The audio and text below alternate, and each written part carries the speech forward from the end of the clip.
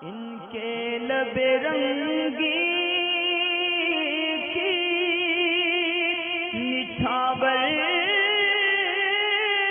थी कि जिसने।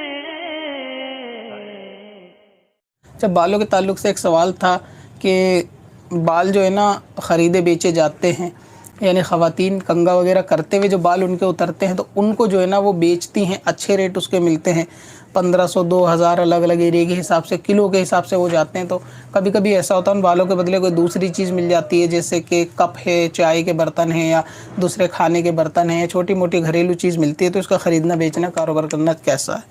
असल में क्या है कि बालों का यानी इंसानी आज़ा का, किसी का भी बाल, हाथ पैर, आँख, किडनी, दिल, कुछ भी हो, यहाँ तक कि खून भी हो, उसका ख़रीदना और बेचना जायज़ नहीं है।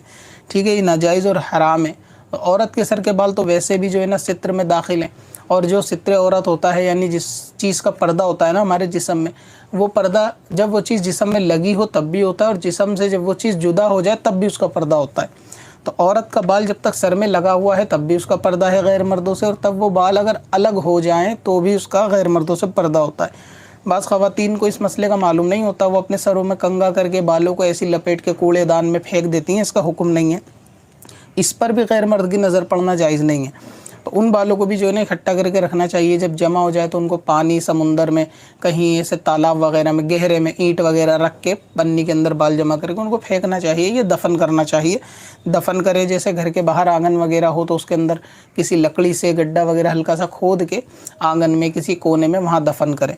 तो इसका हुक्म ये होता है। तो ये कमाना, जो बाल वगैरह ख़रीद के बेच के, ये जायज़ नहीं है, और इसके बदले में जो चीज़ ली जाती है वो भी नाजायज़ है। अगर रकम ली गई है तो वो हराम है, और अगर दूसरा कोई सामान लिया गया तो उसका इस्तेमाल करना भी जायज़ नहीं है। तो इन सामानों को इस्तेमाल नहीं किया जा सकता।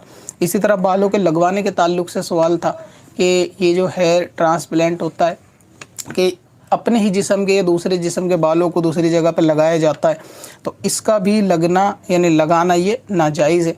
अगर किसी को ऐसी बीमारी है बाल झड़ने की तो उसकी कोई दूसरा इलाज, कोई दूसरी दवा की जा सकती है, लेकिन किसी और के अपने जिस्म में बाल लगवाना तो ये नाजायज़ है। इसी तरह अपने भी कहीं और से बाल उखेड़ के कहीं और लगवाना ये भी नाजायज़ और गुनाह है। अलबत्ता इसमें इतना हो सकता है कि अगर बाल जो है वो नकली हैं, यानी किसी और चीज़ के हैं, किसी और चीज़ से मुराद ये कि सूअर के और इंसान के, इन दो के अलावा किसी और जानवर के हैं, मसलन घोड़े के हैं, एग्ज़ाम्पल है ये, या किसी और भी जानवर के जिसमें खंजीर और इंसान ना हो, इन दो मखलूक के अलावा किसी और के अगर बाल हैं तो वो लगवाए जा सकते हैं। यानी सर पे अगर वो लगवाना चाहे, उनसे अगर फ़ायदा उठाना चाहे तो उठा सकता है। इसके अलावा ये कि अगर नकली बाल आते हैं, अगर वो लगवाना चाहे कि जो इंसानी बाल नहीं है लेकिन ये कि टेम्परेरी नकली बाल हैं, या ऐसी कोई ईजाद है कि जो बालों की मिसल लगती है, उसको लगवाना चाहे तो वो लगवा सकता है। मगर नहीं कि बालों को अपने जिस्म से हटाकर कहीं और लगाना या दूसरे इंसानों के बाल लगवाना ये जायज़ नहीं है।